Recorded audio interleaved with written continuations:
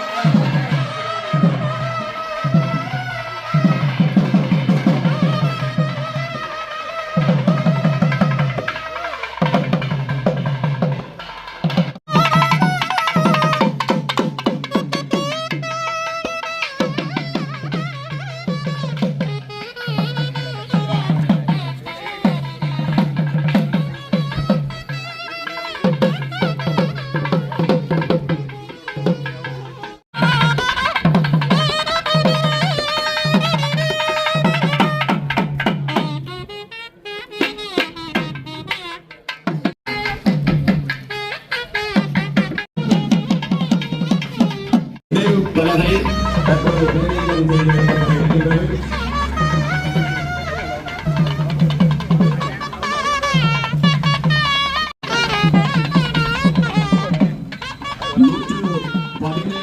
Million ரூபாய் செலவிலே புனரமைக்கப்பட இருக்கின்ற காரநகர் சுற்றுவட்ட வீதியினுடைய புனரமைப்பு பணிக்கான நினைவு பலகை அங்கே போக்குவரத்து நெடுஞ்சாலைகள் மற்றும் நகர மேம்பாட்டு அமைச்சர் கௌரவ விமல் ரத்நாயக் அவர்களாலும் கௌரவ அமைச்சர் கடற்றொழில் நீக்கப்படுகின்றது.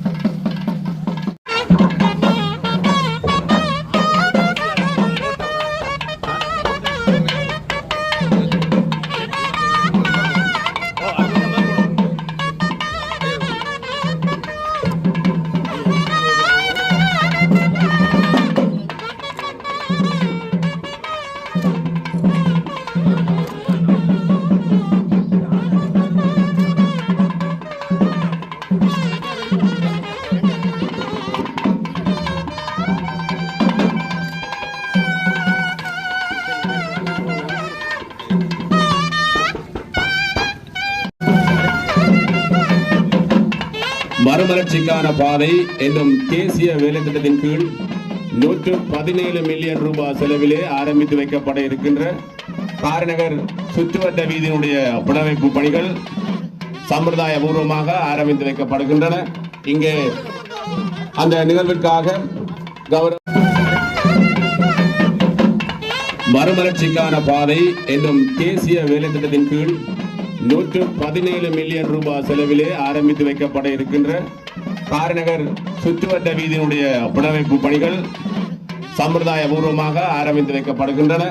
இங்கே அந்த நிகழ்விற்காக கௌரவ விமல் ரத்நாயக் அவர்கள் அவருடைய பங்கு பெற்றலோடு கௌரவ அமைச்சர் கடற்றொழில் நீரியல் மற்றும் கடன் வழங்கல் அமைச்சர் ராமலிங்கம் சந்திரசேகர் அவருடைய பங்கு பெற்றலோடு கௌரவ வடமாகாண ஆளுநர் நாகலிங்கம் வேதநாயகம் அவர்களுடைய பங்கு பெற்றலோடு கௌரவ பாராளுமன்ற உறுப்பினரும் பிரதேச ஒருங்கிணைப்பு குழு தலைவர் காரோடு கௌரவ யாழ் மாவட்ட பாராளுமன்ற உறுப்பினர் கருணாநாதன் இளங்குமரன் அவருடைய பங்கு பெற்றலோடு கௌரவ பாராளுமன்ற உறுப்பினர் ஜெயச்சந்திரமூர்த்தி ரஜீவன் அவருடைய பங்கு பெற்றலோடு கௌரவ பிரதேச செயலர் ரஞ்சனா அவர்களுடைய பங்கு பெற்றலோடு கௌரவ பிரதேச சபையினுடைய தவிசாளர் கோவிந்தராசன் அவருடைய பங்கு பெற்றலோடு வடமாகாண வீதி அபிவிருத்தி அதிகார சபையினுடைய பணிப்பாளர் திரு குருதம பொறியியலாளர் வீதி அபிவிருத்தி அதிகார சபை வடக்கு மாகாணம் திரு இளங்கீரன் அவருடைய பங்கு பெற்றல் மற்றும் காரநகர் பொதுமக்களுடைய பங்கு பெற்றல்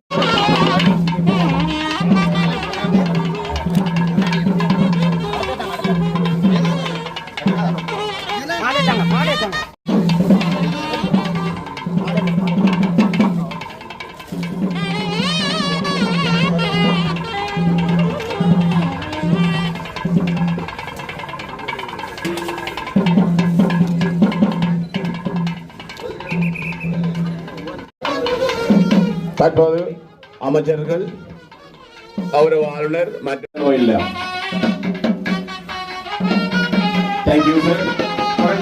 கடற்தொழில் நீரியல் மற்றும் கடல் வளங்கள் அமைச்சர் ராமலிங்கம் சந்திரசேகர் அவர்களை மங்கள ஏற்றி வைக்குமாறு கேட்டுக்கொள்கின்றோம். தொடர்ந்து வடமாகாண ஆளுநர் நாகலிங்கம் வேதநாயகம் ஐயா அவர்களை மங்கள ஏற்றி வைக்குமாறு கேட்டுக்கொள்கின்றோம். தொடர்ந்து பாராளுமன்ற உறுப்பினர் கருணாநாதன் இளங்குமரன் அவர்களை மங்கள ஏற்றி வருமாறு கேட்டுக்கொள்கின்றோம். காரநகர் பிரதேச சபையினுடைய தவிசாளர் திரு கோவிந்தராசன் அவர்களை மங்கள ஏற்றி வைக்குமாறு கேட்டுக்கொள்கின்றோம். கௌரவ பாராளுமன்ற உறுப்பினர் ஜெயச்சந்திரமூர்த்தி ரஜீவன் அவர்களை மங்கள ஏற்றி வைக்குமாறு கேட்டுக்கொள்கின்றோம். தொடர்ந்து மணத்துக்கரை அம்பாள் ஆலயத்துடைய பிரதம குரு சர்மா ஐயா அவர்களை மங்கள ஏற்றி வைக்குமாறு கேட்டுக்கொள்கின்றோம். தொடர்ந்து வைத்தியர் பாராளுமன்ற உறுப்பினர் காரநகர் பிரதேச ஒருங்கிணைப்பு குழு தலைவர் துரை பகவானராஜா அவர்களை மங்கள ஏற்றி வைக்குமாறு கேட்டுக்கொள்கின்றோம். தொடர்ந்து வீதி அபிவிருத்தி அதிகார சபையினுடைய வடமாகாண பணிப்பாளர் திரு குரூஸ் அவர்களை மங்கள ஏற்றி வைக்குமாறு கேட்டுக்கொள்கின்றோம். மேலதிக அரசு அதிபர் திருவாளர் சிவகரன் சார் அவர்களை மங்கள ஏற்றி வைக்குமாறு கேட்டுக்கொள்கின்றோம்.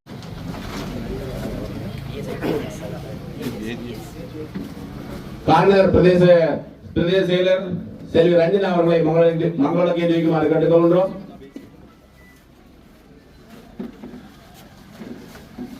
பிரதம பொறியியலாளர் வீதி அபிவிருத்தி அதிகாரி தொடர்ந்து பொதுமக்கள் சார்பிலே ஒருவரை மங்கள வைக்குமாறு அன்புடன் அழைக்கின்றோம்.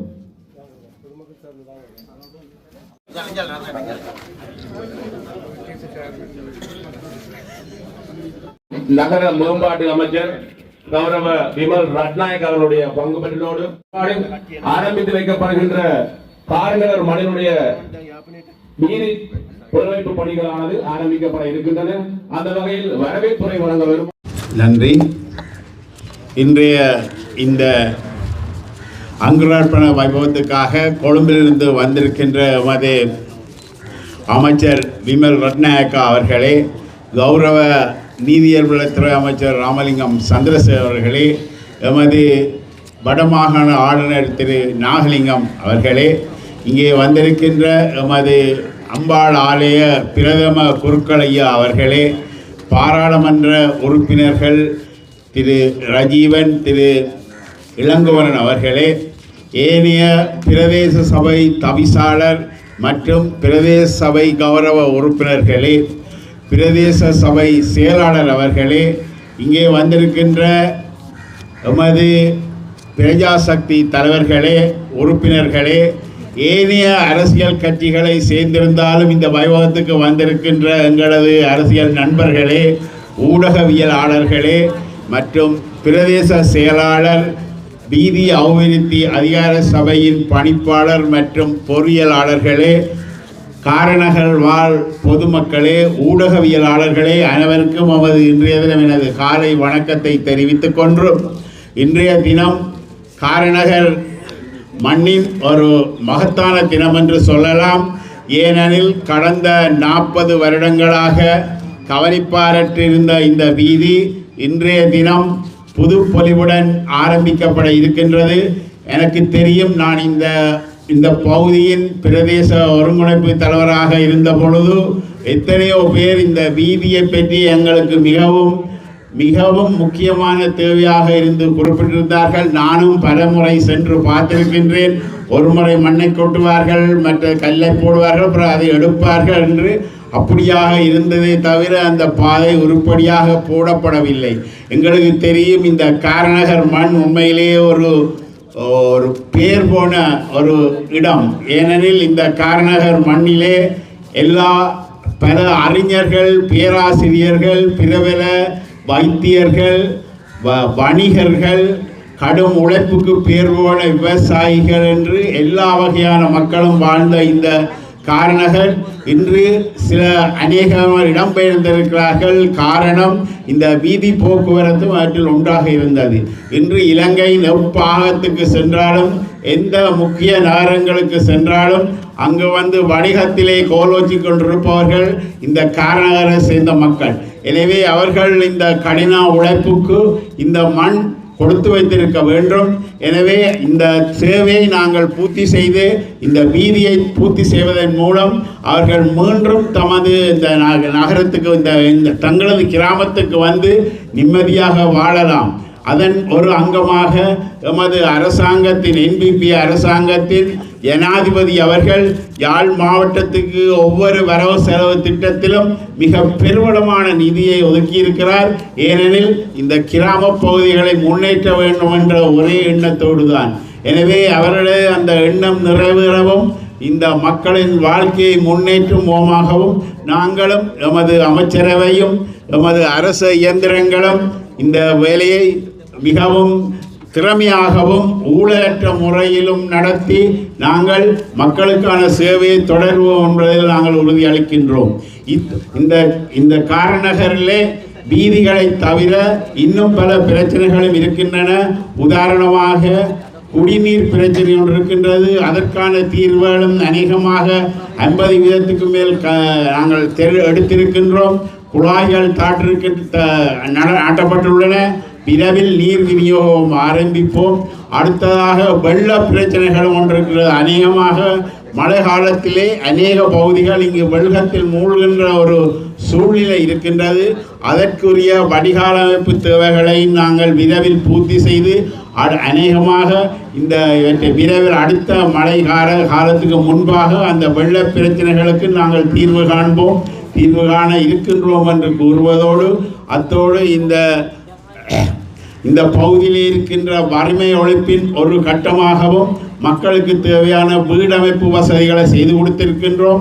இந்த சுற்றுலாத்துறைக்கு கசூர்னா பீச்சை உருவாக்கும் மூலமாக 4 கோடி ரூபாய் சுற்றுலாத்துறை அமைச்சாலே ஒதுக்கப்பட்டிருந்தது.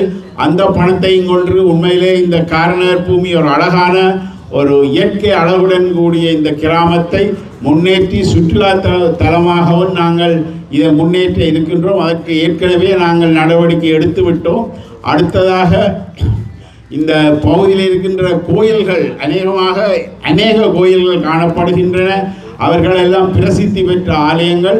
எனவே அந்த ஆலயங்களையும் அபிவிருத்தி செய்ய வேண்டும். எனவே நான் மக்களிடம் ஒரு கேட்டுக்கொள்கின்றேன், இந்த ஆலயங்களில் பிரச்சனைகளை உடனடியாக தீருங்கள் என்று.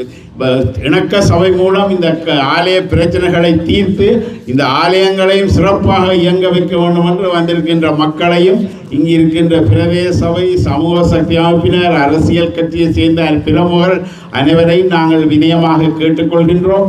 அதையும் நீங்கள் செய்வீர்கள் என்று எதிர்பார்க்கின்றோம். அத்துடன் இந்த வீதி மட்டுமல்ல, பல வீதிகள் நாங்கள் இந்த காலத்திலே செய்திருக்கின்றோம். பத்தர்கேணி வீதி, பைரிக்கூடல் வீதி, ஊரியான் 1ஆம் வீதி, சாம்பு வீதி, வேம்படி வீதி, வியாவில் தீர்த்தக்கேணி வீதி, ஒளிச்சுடர் வீதி, பொன்னம்பலம் வீதி, வீட்டீட்டியில் ஒழுங்கு என்பன நாங்கள் இதற்கு மேலதிகமாக நாங்கள் அமைச்சின் மூலம் அல்லது இந்த ஆர்டிடிஏயின் மூலம் நாங்கள் அவற்றை நாங்கள் புறநமித்திருக்கோம். அவர்கள் வேலைகள் அநேகமாக 90% மேல் முடிந்து விட்டன. மிகுதி வேலையும் விரைவில் முடிந்தவுடன் கிட்டத்தட்ட ஒரு 50% இந்த காரநகர் வீதிகள் புதுப்பொலிவுடன் இயங்கும். எனவே அதுக்கு எங்களுக்கு இந்த பணங்களை ஒழுங்கி தந்த அமைச்சர் விமல் ரட்நாயக்கா அவர்களுக்கு நன்றியையும் கூறிக்கொண்டு இந்த சந்தர்ப்பத்துக்கு நன்றி தெரிவித்து விடைபெறுகிறேன். நன்றி, வணக்கம். டாக்டர் ஸ்ரீபவானந்த ராஜா அவர்களே, யாழ் மாவட்டத்தினுடைய உதவி அரசாங்க அதிபர் அவர்களே, காரைநகர் பிரதேச செயலாளர் அவர்களே, காரைநகர் பிரதேச சபையினுடைய தவிசாளர் அவர்களே, இந்த பிரதேச சபையினுடைய கௌரவ உறுப்பினர்களே, வீதி அபிவிருத்தி அதிகார சபையினுடைய வடக்கு மாகாணத்தினுடைய பணிப்பாளர் அவர்களே, யாழ் மாவட்டத்தினுடைய பிரதம பொறியியலாளர் அவர்களே, உத்தியோகத்தர்களே, இங்கே வருகை தந்திருக்கின்ற காரைநகர் மண்ணினுடைய மக்களே, இந்த ஒப்பந்தத்தினுடைய ஒப்பந்தக்காரர் அவர்களே மற்றும் இங்கு கூடியிருக்கின்ற ஊடகவியலாளர்களே, உங்கள் அனைவருக்கும் இந்த நேர வணக்கம். 2024ஆம் ஆண்டு இந்த அரசாங்கம் இந்த நாட்டிலே ஸ்தாபிக்கப்பட்டதை தொடர்ந்து 2005, 2026 ஆகிய 2 ஆண்டுகளுக்கான பாதீடுகள் இந்த அரசாங்கத்தினால் முன்வைக்கப்பட்டிருக்கின்றது. அந்த பாதீடுகளின் அடிப்படையில் 2024ஆம் ஆண்டு வடக்கு மாகாணத்திற்கு 5000 மில்லியனின் கீழ் வீதிகள் அமைப்பதற்கான நிதி ஒதுக்கப்பட்டு அதன் கீழ் 1000 மில்லியன் ரூபாய் யாழ்ப்பாணத்துக்கான நிதி ஒதுக்கீடாக மேற்கொள்ளப்பட்டு அதன் கீழ் பல்வேறு வகையான வீதிகள் அபிவிருத்தி செய்யப்பட்டிருந்தன. இது 1000 மில்லியன் ரூபாவின் கீழ் உள்வாங்கப்பட்ட வீதிகள். இதன் அடிப்படையில் 23 வீதிகள் கிராமிய வீதிகளினை மெருகூட்டுகின்ற செயற்பாடு என்கின்ற அடிப்படையில் பிரதேச மற்றும் நகர மற்றும் மாநகர சபைகளுக்கு சொந்தமான வீதிகளினை வீதி அபிவிருத்தி அதிகார சபையானது தன்னுடைய நிதி பங்களிப்பின் கீழ் செய்வதற்கு ஒப்புக்கொண்டிருந்தது. அந்த வகையில் 24 வீதிகள் தெரிவு செய்யப்பட்டு இறுதியாக 23 வீதிகள் செய்யப்பட்டது. அதில் 4 வீதிகள் வீதி அபிவிருத்தி அதிகார சபை தங்களினுடைய நேரடி ஊழியர்களினுடைய செலவினங்களூடாக வீதிகளை புனரமைக்க, ஏனைய வீதிகள் ஒப்பந்த அடிப்படைகளில் மேற்கொள்ளப்பட்டிருந்தது. இது 2024ஆம் ஆண்டு. இது தவிர 2024ஆம் ஆண்டினுடைய கடைப்பகுதியில் யாழ் மாவட்டத்தினுடைய போக்குவரத்துக்கான அபிவிருத்தி குழு கூட்டத்துக்கு வருகை தந்த அமைச்சர் விமல் ரத்நாயக்க அவர்களினால் மேலதிகமாக 250 மில்லியன் ரூபாய் தீவகங்களினுடைய வீதி அபிவிருத்திக்காக ஒதுக்கீடு செய்யப்பட்டது. அந்த ஒதுக்கீட்டின் கீழாக காரைநகர், நெடுந்தீவு, ஊர்காவற்துறை, வேலணை ஆகிய பிரதேசங்களை முன்னுரிமைப்படுத்தியதாக வீதி அமைப்புகள் மேற்கொள்ளப்பட்டிருந்தது. அங்கு பிரதானமான நோக்கமாக இருந்தது கடல் தாண்டி பயணிக்கின்ற வீதிகளுக்கு, தீவுகளுக்கான வீதிகள் தான் முன்னுரிமைப்படுத்தப்பட்டிருந்த பொழுதும் காரை நகரும் இதற்குள் உள்வாங்கப்பட வேண்டும் என்கின்ற நோக்கத்தின் அடிப்படையில் காரை நகரில் இருக்கின்ற ஏறத்தாழ 10 வீதிகள் இந்த திட்டத்தின் கீழ் உள்வாங்கப்பட்டிருந்தன. அவற்றுள் கிட்டத்தட்ட 9 வீதிகள் பூரணமாக்கப்பட்டிருக்கின்ற நிலையில் 32 மில்லியன் ரூபாய் செலவிலே ஒரு வீதி செப்பனிடப்பட்டு கொண்டிருக்கின்றது. இது 2024ஆம் ஆண்டு பாதீட்டின் கீழ் ஒதுக்கப்பட்டு நடைமுறைப்படுத்தப்பட்டு கொண்டிருக்கின்ற திட்டங்களினுடைய விரிவு. இதனை தாண்டி 2026ஆம் ஆண்டினுடைய பாதீட்டை பொறுத்தவரையில் இதே நகர அபிவிருத்தி அமைச்சானது மேலதிகமாக 250 மில்லியன் ரூபாவினை யாழ்ப்பாணத்தினுடைய வீதி அபிவிருத்திக்காக ஒதுக்கீடு செய்திருக்கின்றது. அதனையும் தாண்டி கிராமிய வீதிகளினுடைய அபிவிருத்தியை முன்னிறுத்தியதாக இந்த 250 மில்லியன் இருந்தாலும் ஏனைய வீதிகளினுடைய அபிவிருத்திக்காகவும் இந்த அரசாங்கத்தினால் நிதி ஒதுக்கீடு செய்யப்பட்டிருக்கிறது. இது மத்திய அரசாங்கத்தினால் வீதி அபிவிருத்திக்காக ஒதுக்கீடு செய்யப்படுகின்ற நிதி. இதனை தாண்டி மாகாண அரசாங்கங்களுக்கும் மத்திய அரசாங்கத்தினால் நிதி ஒதுக்கீடு செய்யப்படுகின்றது. அந்த நிதி ஒதுக்கீட்டின் அடிப்படையில் இந்த ஆண்டு கிட்டத்தட்ட ஏற்பட்ட டித்வா புயலினால் பாதிக்கப்பட்டவரிலிருந்து மீண்டெழுவதற்காக 700 மில்லியன் ரூபாய் இந்த வடக்கு மாகாணத்தினுடைய இந்த வீதி அபிவிருத்திக்காக வழங்கப்பட்டிருக்கின்றது இந்த அனர்த்த காலத்திற்கு பின்னராக. இதனை தாண்டி உங்களுக்கு தெரியும் PSDG என்று சொல்லப்படுகின்ற மாகாணத்துக்காக குறித்து ஒதுக்கப்பட்ட நிதியின் கீழ் கடந்த ஆண்டில் பல்வேறு வகையான வீதிகள் உள்வாங்கப்பட்டிருக்கின்றன. குறிப்பாக RDD என்று சொல்லப்படுகின்ற ஒரு கட்டமைப்பினால் காரை நகரில் சில வீதிகள் உள்வாங்கப்பட்டிருக்கின்றது. அதன் தொடர்ச்சியாக இந்த ஆண்டும் அந்த வீதிகள் உள்வாங்கப்பட இருக்கின்றன. இந்த நிலையிலேதான் இந்த அமைச்சானது வடக்கு மாகாணம், யாழ்ப்பாணம் என்று காரை நகர் வரையும் தன்னுடைய இந்த நிதி ஒதுக்கீட்டினூடாக அபிவிருத்தியை மேற்கொண்டு வருகின்றதனை இந்த இடத்திலே நிச்சயமாக நாங்கள் சுட்டிக்காட்ட விரும்புகின்றோம். இதனுடைய ஒரு தொடர்ச்சியாகத்தான் இன்றைய தினம் இந்த வீதியானது இங்கு ஆரம்பிக்கப்படுகின்றது. இந்த வீதி கிட்டத்தட்ட 7 கிலோமீட்டர் வரை நீளமான வீதி. இந்த வீதி 5 கட்டங்களின் கீழ் நிதி ஒதுக்கப்பட்டு செயற்படுத்தப்படுகின்றது. ஒரு கட்டம் ஏற்கனவே நிறைவடைந்திருக்கின்றது. 2வது கட்டம் டித்வாவினுடைய அனர்த்த மீளழுகை நிதி பங்களிப்பின் கீழ் செய்யப்பட இருக்கின்றது. எஞ்சிய 3 கட்டங்களும் இந்த திட்டத்தின் கீழே உள்வாங்கப்படுகின்றது. இந்த வீதியினுடைய ஆரம்பம் தொடக்கம் 750 மீட்டரும், அதன் பின்னர் 1 கிலோமீட்டரில் இருந்து 1.25 கிலோமீட்டரும், அதன் பின்னர் 4 தொடக்கம் 5 கிலோமீட்டர் என்கின்ற இந்த 3 கட்டமைப்புகளுக்கு 118 மில்லியன் ரூபாய் சராசரியாக ஒதுக்கப்பட்டு அந்த திட்டம் இன்றைய தினம் ஆரம்பித்து வைக்கப்பட்டிருக்கின்றது. இந்த திட்டமானது மதிப்பீடு செய்யப்பட்டதின்படி வரும் 3 மாத காலங்களுக்குள் செய்யப்பட்டு இந்த மக்களுக்காக கையளிக்கப்பட இருக்கின்றது என்று பார்த்தாலும் இந்த 3 மாதத்துக்கான தாகம் என்பது கிட்டத்தட்ட 40 வருடங்களுக்கு மேலாக இங்கு இருந்திருக்கின்றது என்பதனை நாங்கள் மிகவும் வலியும் சுமையுமாக இந்த மக்களிடமிருந்து கேட்டிருக்கின்றோம். அதனை தீர்க்கும் வகையில் தான் இந்த திட்டம் உருவாக்கப்பட்டிருக்கின்றது. இது இந்த வீதி அபிவிருத்தி தொடர்பாக இருக்கிறது. இதனை தாண்டி இந்த காரை நகர் மண்ணிற்கு இந்த அரசாங்கம் செய்திருக்கின்ற செயற்பாடுகள் என்று பார்ப்போமாக இருந்தால் இந்த 2026ஆம் ஆண்டு நிதி ஒதுக்கீட்டின் கீழ் கசூரினா பீச் என்று சொல்லப்படுகின்ற உல்லாச பிரயாணத்துக்கு மிகவும் முக்கியமான பீச் உருவாக்கப்படுவதற்கான நிதியானது ஒதுக்கப்பட்டிருக்கின்றது. இதனை தாண்டி இங்கே DSM இருக்கிறார்கள். கடந்த ஆண்டிலும் வீட்டு திட்டங்கள் கொடுக்கப்பட்டிருக்கின்றது. இந்த ஆண்டிலும் வீட்டு திட்டங்களுக்குள் உள்வாங்கப்பட்டிருக்கின்றார்கள் 2 வகையான வீட்டு திட்டம். ஒன்று மீள்குடியேற்றத்தின் கீழான வீட்டு திட்டம் என்று 2 மில்லியன் ரூபாவுக்கும், அதனை விட NHDA வீட்டு திட்டம் என்று 1 மில்லியன் ரூபாவுக்குமான வீடுகள் வழங்குவதற்கு இங்கு உள்ளிருக்கப்பட்டிருக்கின்றார்கள். இதனை தாண்டி இந்த காரை நகர் மண்ணில் சென்ற ஆண்டு இறுதியில் எங்கள் நாட்டினுடைய இளைஞர்களை யூத் எக்ஸ்சேஞ்ச் புரோகிராம் என்கின்ற ஒரு நிகழ்ச்சி திட்டத்தின் கீழ் இங்கு நாங்கள் கொண்டு வந்திருந்தோம். அந்த நிகழ்ச்சி திட்டத்தை வெகு விமரிசையாக செய்து தந்தவர்கள் இந்த காரை நகர் மக்கள். உண்மையில் அந்த காரை நகர் மக்களுக்கு நாங்கள் பாராட்டு தெரிவிக்க வேண்டிய தேவை இருக்கின்றது. வேறு பிரதேசங்களில் இருந்து, பதுளை பிரதேசத்திலிருந்து வருகை தந்திருக்கின்ற அந்த இளைஞர்களை இங்கு 7 நாட்கள் தங்க வைத்து தாங்களே அவர்களுக்கான வாகன வசதி செய்து கொடுத்து தாங்களே அவர்களுக்கான உணவுகளை வழங்கி அந்த இளைஞர்களை இங்கு மிக அழகாக பராமரித்திருந்தீர்கள்.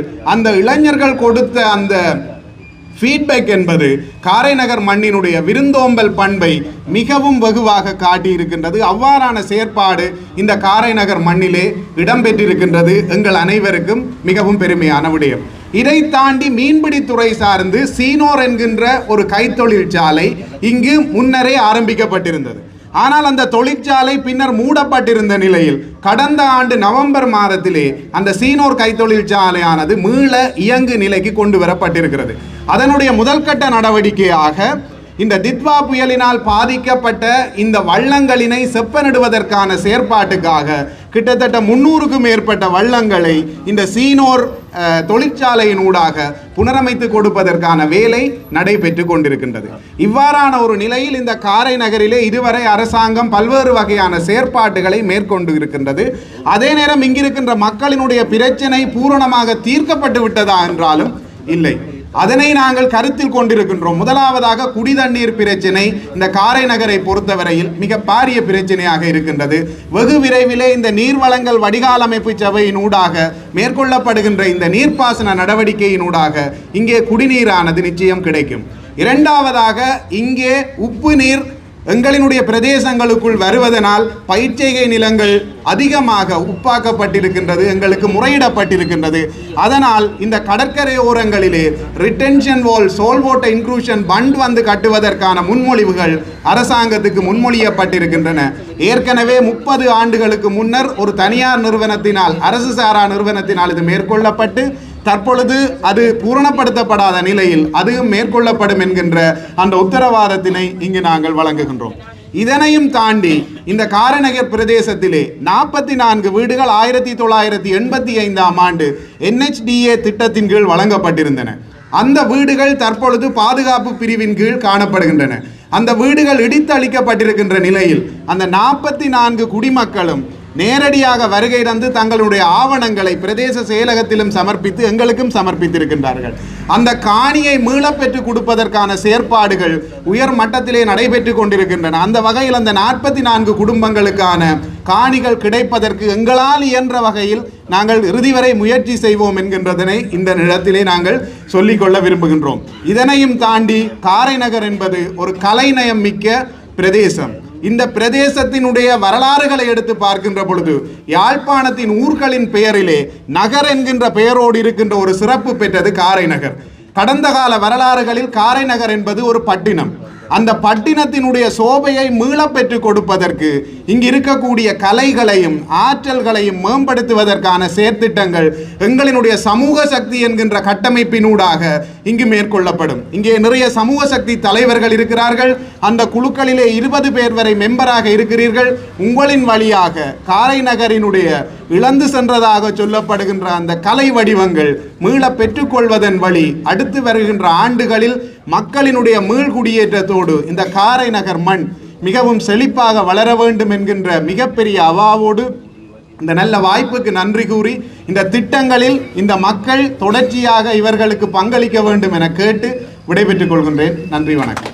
காரைநகர் சுற்றுவட்ட வீதியின் புனரமைப்பு பணிக்கான அங்குரார்ப்பண நிகழ்வு இன்றைய தினம் காரைநகர் சுற்றுவட்ட பகுதியில் இடம்பெற்றது.